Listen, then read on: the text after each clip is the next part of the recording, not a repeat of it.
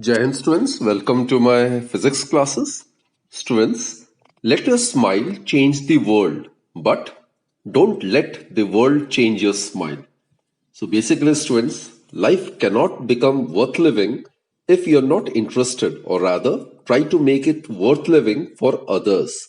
If you want to be happy, then you should think of the happiness of others.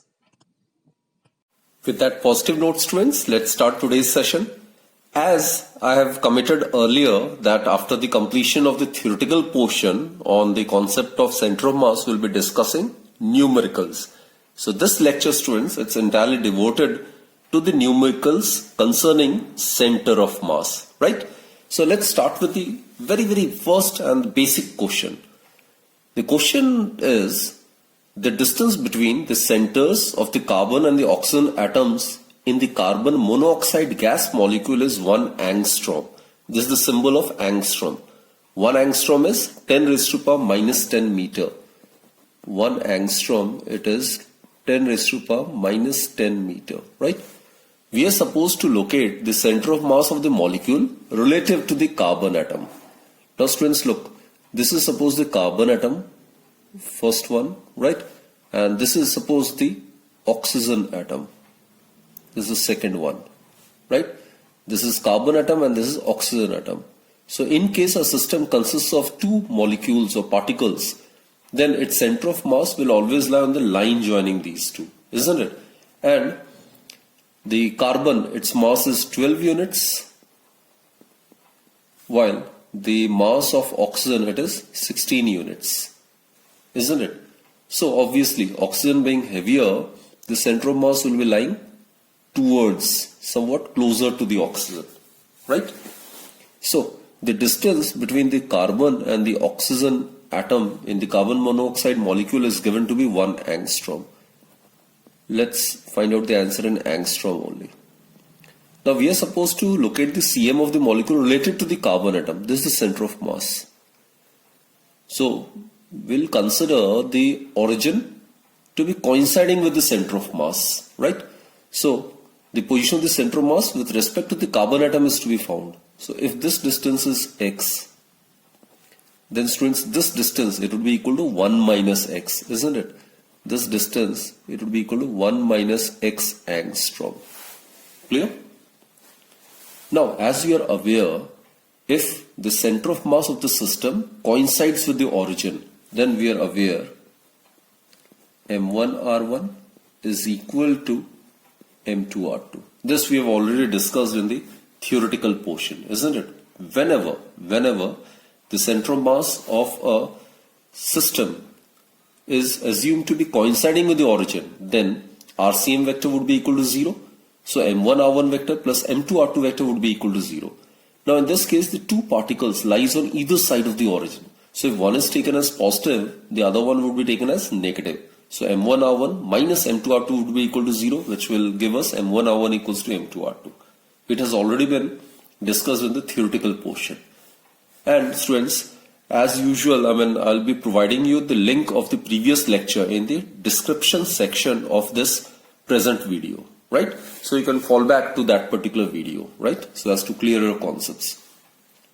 So here you'll directly use this particular formula. M1R1 equals to M2R2. M1, that is 12 units. R1, it's the distance of particle 1 from the center of the mass. It is x. I've taken it in angstrom, right? M2 is the mass of the other particle, which is 16. R2 is the distance of the second particle from the center of the mass, that is 1 minus x angstrom. So students, let's solve it. So what we get is 12x is equal to 16 minus 16x, or 12 plus 16, that will give you 28x is equal to 16, which implies that x is equal to 16 divided by 28. So it is 4 by 7 angstrom. Clear, students? So this is the answer. It will be about 0.5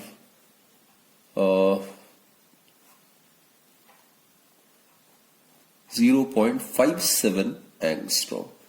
So the position of the center of mass with respect to the carbon atom is 0.57 angstrom. So this is how such questions are to be attempted, right? Okay. Now let's proceed to the next question, which is very interesting one. A thin uniform flat plate of mass 4.5 kg. This is a flat plate. This is the plate. It's of uniform mass density and its entire mass is given to be 4.5 kg and it's in the form of a L shape. This is in the form of L, right? It consists of 3 identical square shapes. Its dimensions are as shown. Okay, find the position of its center of mass. We are supposed to find out the position of its center of mass, right? So this L shaped, it may be considered to be made up of 3 square blocks of equal masses, right? Now, suppose the mass of each of these square blocks is given by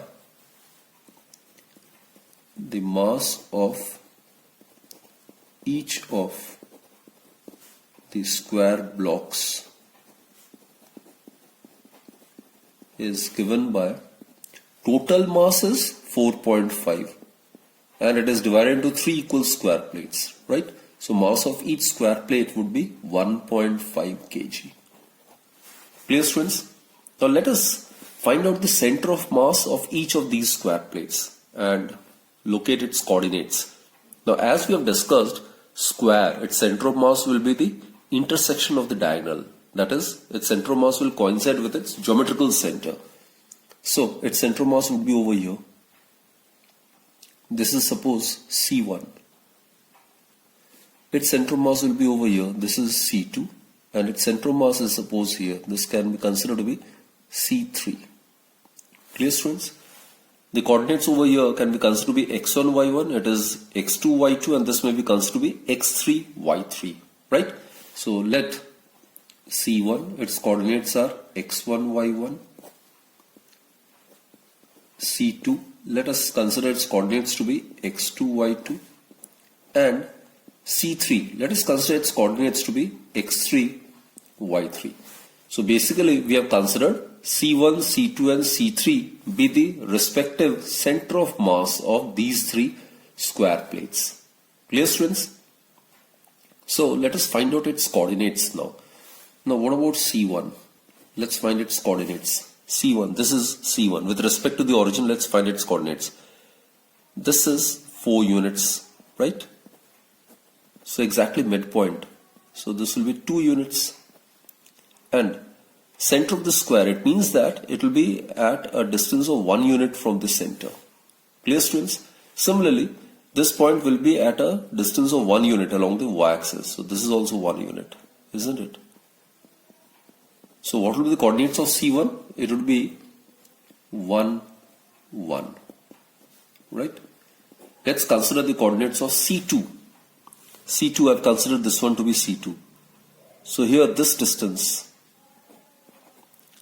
this y2, it would be equal to 2 plus half of 2, that is 1. That is, from here the distance would be 2 plus 1 unit, that is 3 units. And this distance would be 1 unit. So its coordinates would be 1 and 3. And C3, students, this one. Over here, its distance would be 3 units. Right? This one. Its distance would be 3 units. And this distance would be 1 unit. So its coordinates would be 3, 1. This is the origin, students. With respect to point O, you need to find out the coordinates for C1, C2 and C3. So these are the coordinates. It is x1, this is y1, this is x2, this is y2, and this is x3 and this is y3. Now, as we have obtained the coordinates, now we can directly apply the formula, right?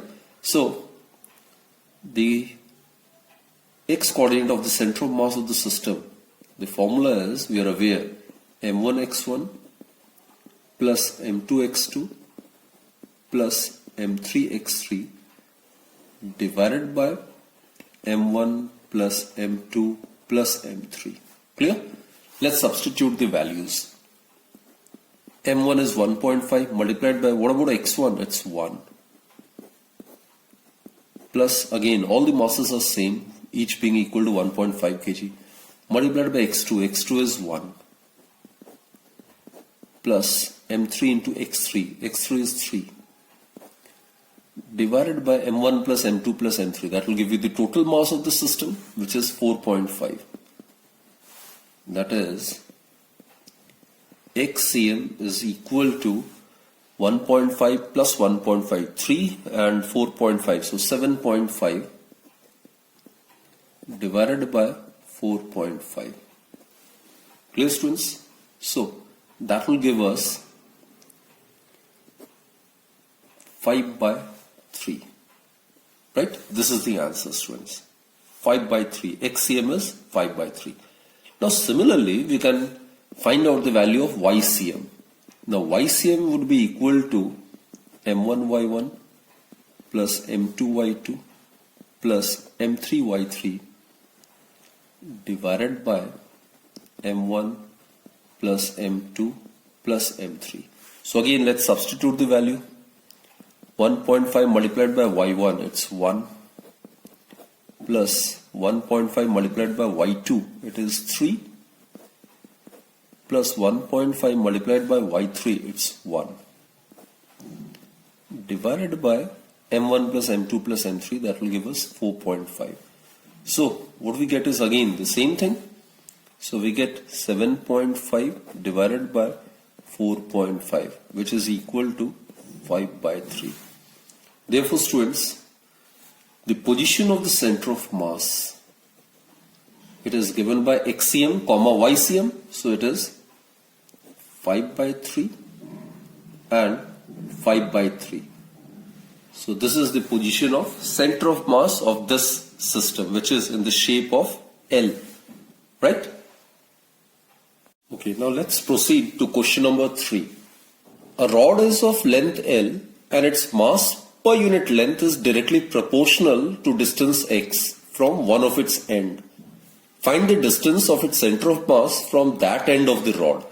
So in this case, the rod under consideration is of non-uniform mass distribution. So suppose this is the rod, students. Let us consider this to be the rod. And its length is given to be L. This is the length of the rod given. Mass per unit length is directly proportional to the distance. Let us consider a small elementary portion, say of length dx.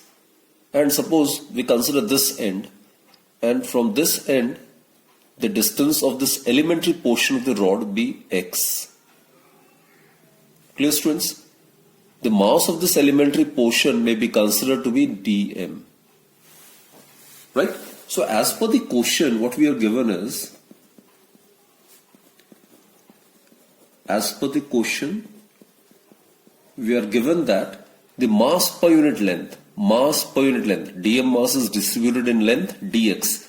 So mass per unit length is directly proportional to the distance x from one of its ends, to the distance of this elementary portion from one of its ends, which is given to be x. So this is given, students, right? So in order to eliminate this proportionality sign, we can introduce some constant. So which means that dm by dx, it may be written as kx. K is any constant of proportionality.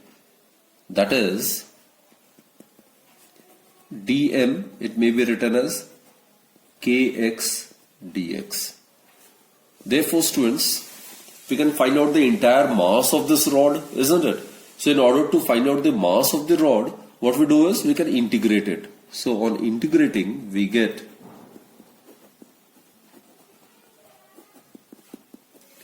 so integration of dm is equal to k being constant, it can be taken outside. It is x dx, right? And obviously limits would be from 0 to L. So what is the integration of dm? It will give us the total mass of the rod. Suppose capital M with the total mass of the rod, right? And over here it will be k. integration of x with respect to x is x square by 2. So upper limit minus lower limit, so that will give us k L square divided by 2. Right? Put this as equation number 1. So the total mass of this rod under consideration is given to be k L square divided by 2. K over here is the constant of proportionality. Right? Now students, suppose this is the origin. Now we are supposed to find out its center of mass from this end. Right? So we need to find xcm. So we know that xcm is given by 1 by m integration of x dm, and obviously limits will be from 0 to L, right? M is the total mass of the system, which in this case is the rod, and its mass is taken to be capital letter M, right? So let's substitute the value of M from equation 1. So what do you get? K L square divided by 2, and over here in place of k dm, in place of dm we can write kx dx, isn't it? So we get 0 to L, in place of dm write kx dx. So what we get is kx dx multiplied by x, so we get kx square dx. So it will be k get cancelled, so 2 by L square integration of x square dx, and students, limits would be from 0 to L. This should be the limit. So let's solve it. Therefore xcm, it would be equal to twice by L square. Integration of x square with respect to x is x cube by 3. Obviously the formula is integration of xl with respect to x is x to the power n plus 1 divided by n plus 1. So I'm making use of that formula only. Limits would be from 0 to L. That in turn will give us 2 by L square. In fact 3 can be taken out being constant. X cube. So L cube minus 0 cube. So that will give us 2 by 3L. So that is 0.67L. So this is where the center of mass of the rod will lie. So exactly at the midpoint means 0.5. So 0.67 would be somewhere over here. This is the center of mass. From here, its distance is 0.67L, right? This is 0.67L. Right? In case the rod is uniform, then its center of mass would have been exactly at the midpoint. But here the mass is not uniform, right? The density keeps on increasing as one moves from one end to the other end. Here the density is maximum. So mass is not uniformly distributed. So that's the point to be considered. In case of uniform mass distribution, the center of mass of this rod would have been located exactly at the midpoint. But in this case, the mass per unit length of the rod is directly proportional to the distance x. That is, as the distance x is increased from one end, which is considered to be the origin, the mass per unit length keeps on increasing. And due to which the center of mass would be at a distance of 0.67 L from this end of the rod. So students, this was a very, very good question, right?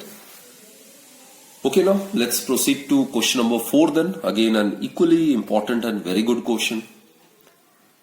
A circular plate of uniform thickness, okay, has a diameter of 56 centimeter. This is the original one. This is a circular plate of center C, and its diameter is 56 centimeters. So students, its radius, it would be half of the diameter, that is 28 centimeter. Isn't it? A circular portion diameter 42 centimeters is removed from one edge of the plate. So this is one of the edge, and from here this circular portion of diameter 42 centimeters is removed. Let its center be C1 over here. So its radius would be half of the diameter, 42 is the diameter, so its radius would be 21 centimeter. So students, the separation between C and C1, 28 minus 21, it would be 7 centimeter. Clear? So what we are supposed to find is, we are supposed to find the position of the center of mass of the remaining portion. This is the remaining portion. I'm shading it. This is the remaining portion. So this is a very, very interesting question, and we'll discuss the method how to proceed about so as to obtain its solution, right? This is the remaining portion. So this is the original circular plate of diameter 56 centimeter. Its center is C. So its radius would be 28 centimeter, half of 56. And from this circular plate, a circular plate of portion of diameter 42 centimeter is removed from one of its edge, right? So we are supposed to find out the position of center of mass of this remaining portion. So what we do is, it is the case of uniform mass distribution, right? So suppose the center of mass is C and the total mass of the plate is suppose M, which will be concentrated at its center of mass. The mass of the circular plate which is removed is suppose M1. It will be concentrated at its center of mass, right? And the remaining portion, the mass of the remaining portion, suppose it is M2. It would be obviously given by M minus M1. Clear? So, let us consider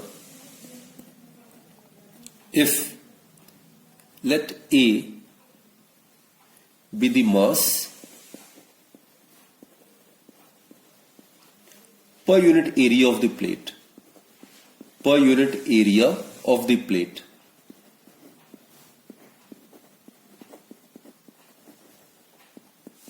Right?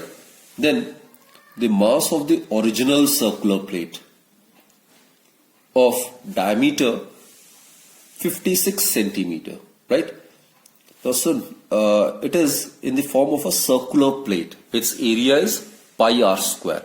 Radius is 28 centimeter. So what we get is mass would be equal to pi r square, that is 28 square, multiplied by the mass per unit area of the plate, that is considered to be A. A is the mass per unit area. So total mass of the original circular plate of radius 28 centimeter would be pi into 28 square into A. So that will give us 28 square, it is 784. So it is 784 pi A. Similarly, students, the mass of the circular portion which is to be removed, right? M1, I'm talking about M1. It would be equal to pi. What is its radius? It is 21. Area of a circular plate is pi r square. That is what I'm doing, right? Multiplied by the mass per unit area, right? It's of uniform mass density. So mass per unit area is considered to be A, which is uniform. So 21 square is 441. So we'll get 441 pi A, right? Therefore, mass of the remaining portion, mass of the remaining portion is given by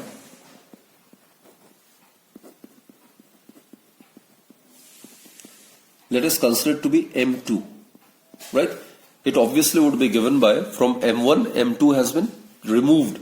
So M2 would be given by M minus M1. So that will give us 784 minus 441 pi A, which will give us 343 pi A. This is M2. Clear? And also consider C2 be the center of mass of the remaining portion. C2 be the center of mass of the remaining portion. So we can consider this one, and we can consider the center of mass of this plate to be removed, which is C1. So the remaining portion, its center of mass would lie somewhere over here, isn't it? Here mass M2 may be assumed to be concentrated. So this is center of mass of the remaining portion. Let us assume it. So now consider this diagram over here. This is C, which is the center of mass of the original plate. This is C1. This is the center of mass of the circular plate that is to be removed. The distance between them is given to be 7 centimeter. It's found to be 7 centimeter, right?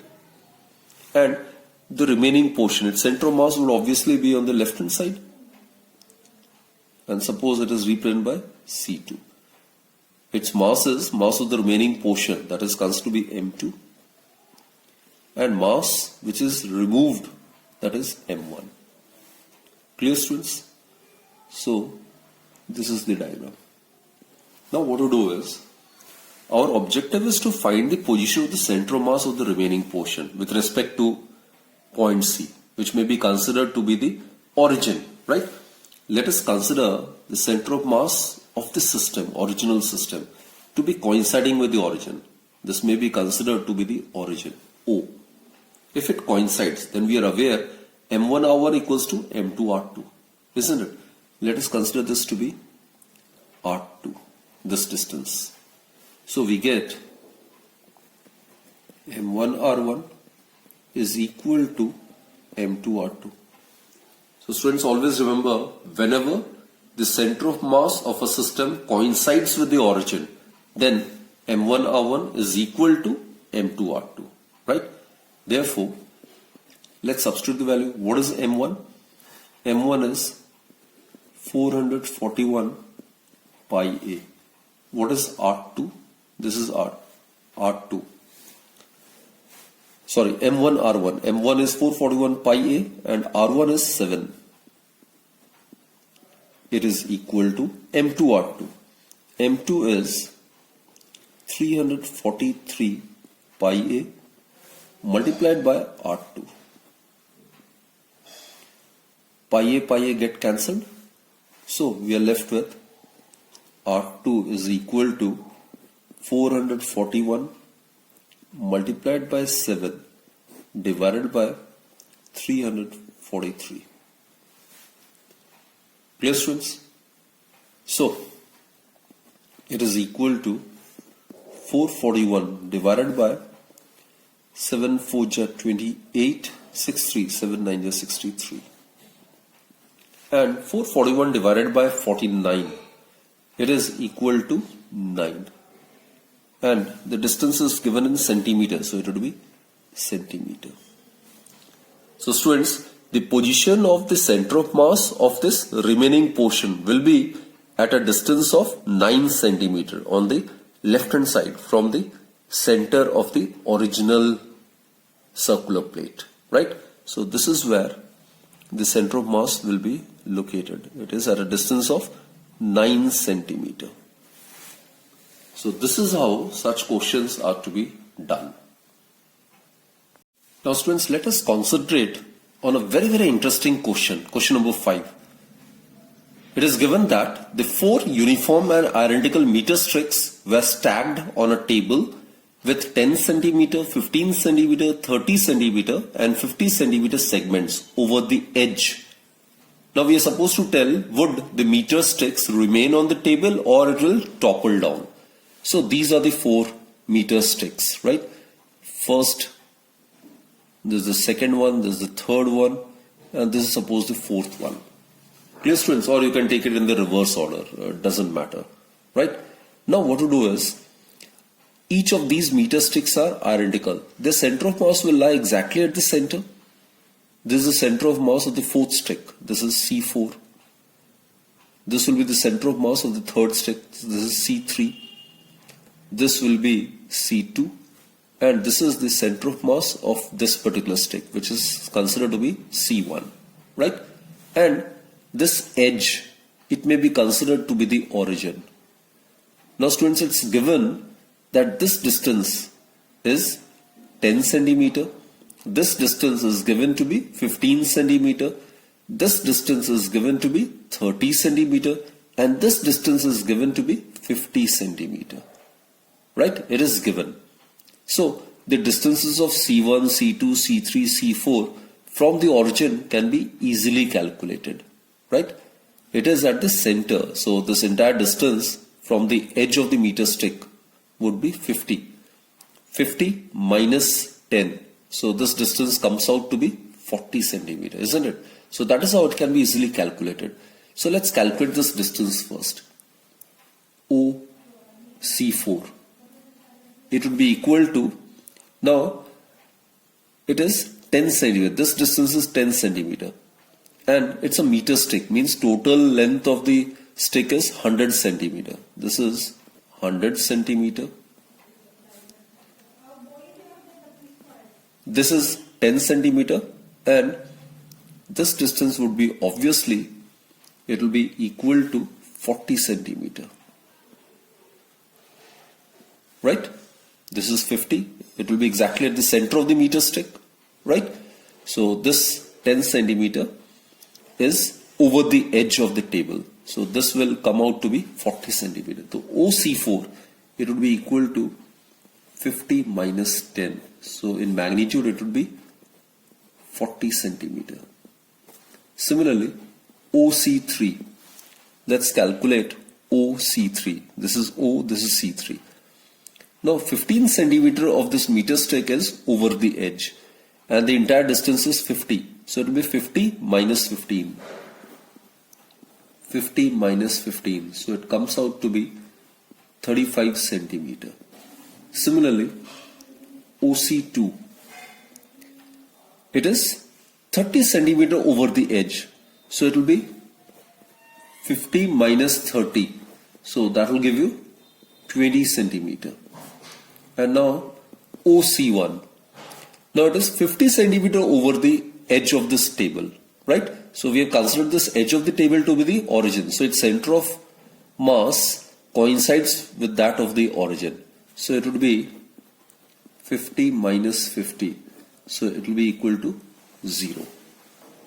Clear, students? Now the most important point is that the system of this 4 meter sticks will remain on table.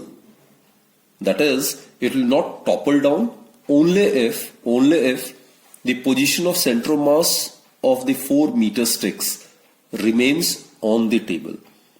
If the center of mass of this entire system remains on the table, then the system will not topple down.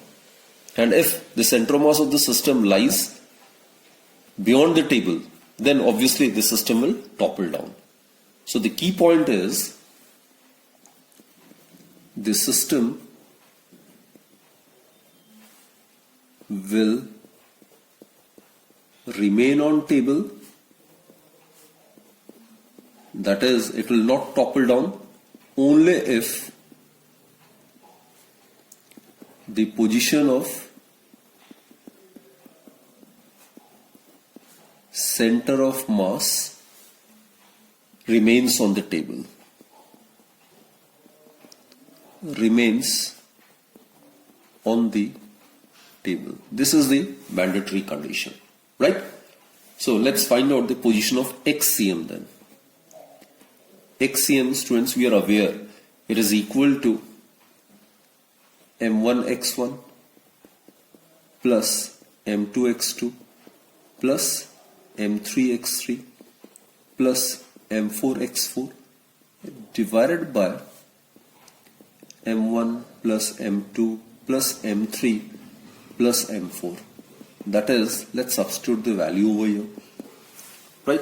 So what we get is, all the masses are equal, all are identical. Here, M1 is equal to M2 is equal to M3 is equal to M4 is equal to MC. All are identical. So M will get cancelled out, so we'll be left with x1 plus x2 plus x3 plus x4 divided by 4, isn't it? So these are the distances, x1, x2, x3 and x4. So let's solve it. So what do you get? 40 plus 35 plus 20 plus 0 divided by 4. So that will give us 75, 95 by 4, which is equal to 23.75 centimeter. Now look, these center of mass C1, C2, C3, C4, it will either coincides with the origin or lies on the left hand side. So obviously the center of mass of the entire system will lie on the left hand side of the origin. That is at a distance of 23.75 centimeter from the origin. Right? From the origin it will lie at a distance of 23.75 centimeters, somewhere over here. So basically here it will, along this line somewhere, the center of mass of the system will lie. So basically the center of mass of the system of this 4 identical meter sticks remains on the table, isn't it? It remains on the table. So as a result, this system will not topple down. Clear, students? So basically the center of mass of the system of the 4 sticks remains on the table. So hence the meter sticks will remain on the table and will not topple down. Let's proceed with the last question, students. 2 point masses of 2 kg and 3 kg are moving along the same line with speeds 3 meter per second and 5 meter per second respectively. So let us write down the data which is given in the question. M1 is 2 kg, right? M2 is 3 kg. V1 is 3 meter per second and V2 is 5 meter per second. Find the speed of the center of mass of the system if both the masses are moving. First part is in the same direction and second part is in the opposite direction. That's a very, very good question. Basically, we know that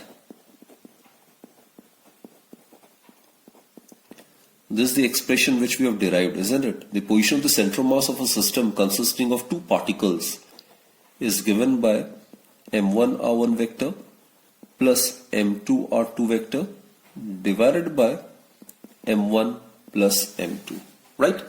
Now differentiating both the sides with respect to time, we get dRCM vector divided by dt. It will give us M1 dR1 vector by dt plus M2 dR2 vector divided by dt divided by mass of the system, that is obviously constant. Now differentiation of the displacement with respect to time, that gives us velocity. So this is actually the velocity of the center of mass of the system. So it is given by M1. It will be the velocity of the first particle, and differentiation of R2 with respect to time, that will give us the velocity of the second particle. So whenever there is a question in which the velocity of the center of mass of the body is to be found, then we need to make use of this particular formula.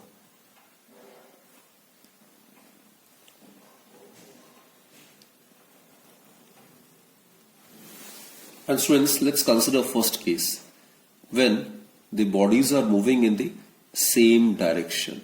So in the same direction means V1, V2 both will be taken as positive. So here V1 would be taken as 3 meter per second and V2 would be taken as 5 meter per second. Both the bodies are moving in the same direction, right?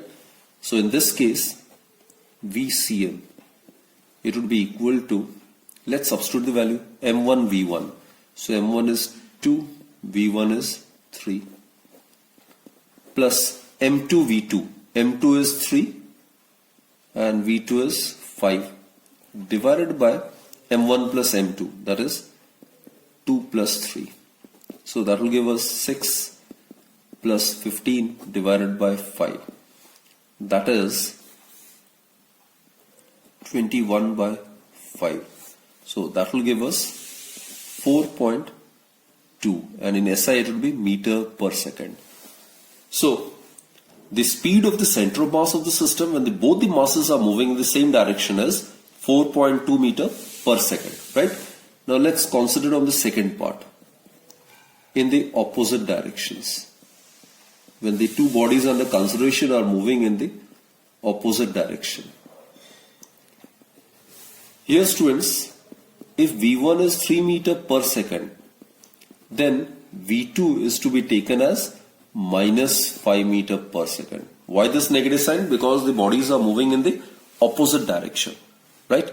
If this is the first body moving along this direction then the second body is moving in the opposite direction.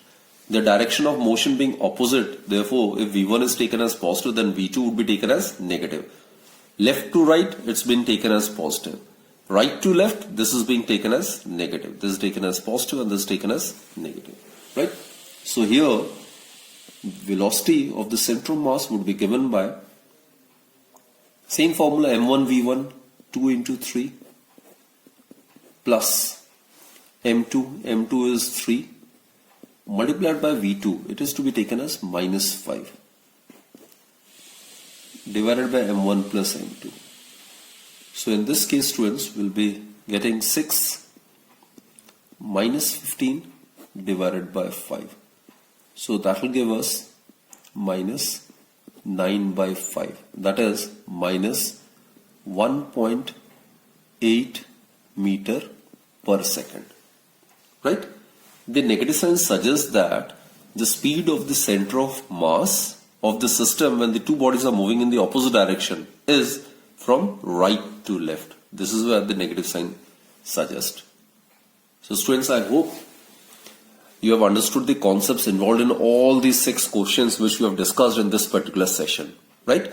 So do practice such numericals and you will feel more and more comfortable if you keep on practicing such questions. So as I've stated very often that physics without numericals is incomplete. So please do concentrate on more and more numericals. So that's it for this particular session, and do join me in my next lecture then. And till then, do take very good care of yourself, and thanks for watching my videos.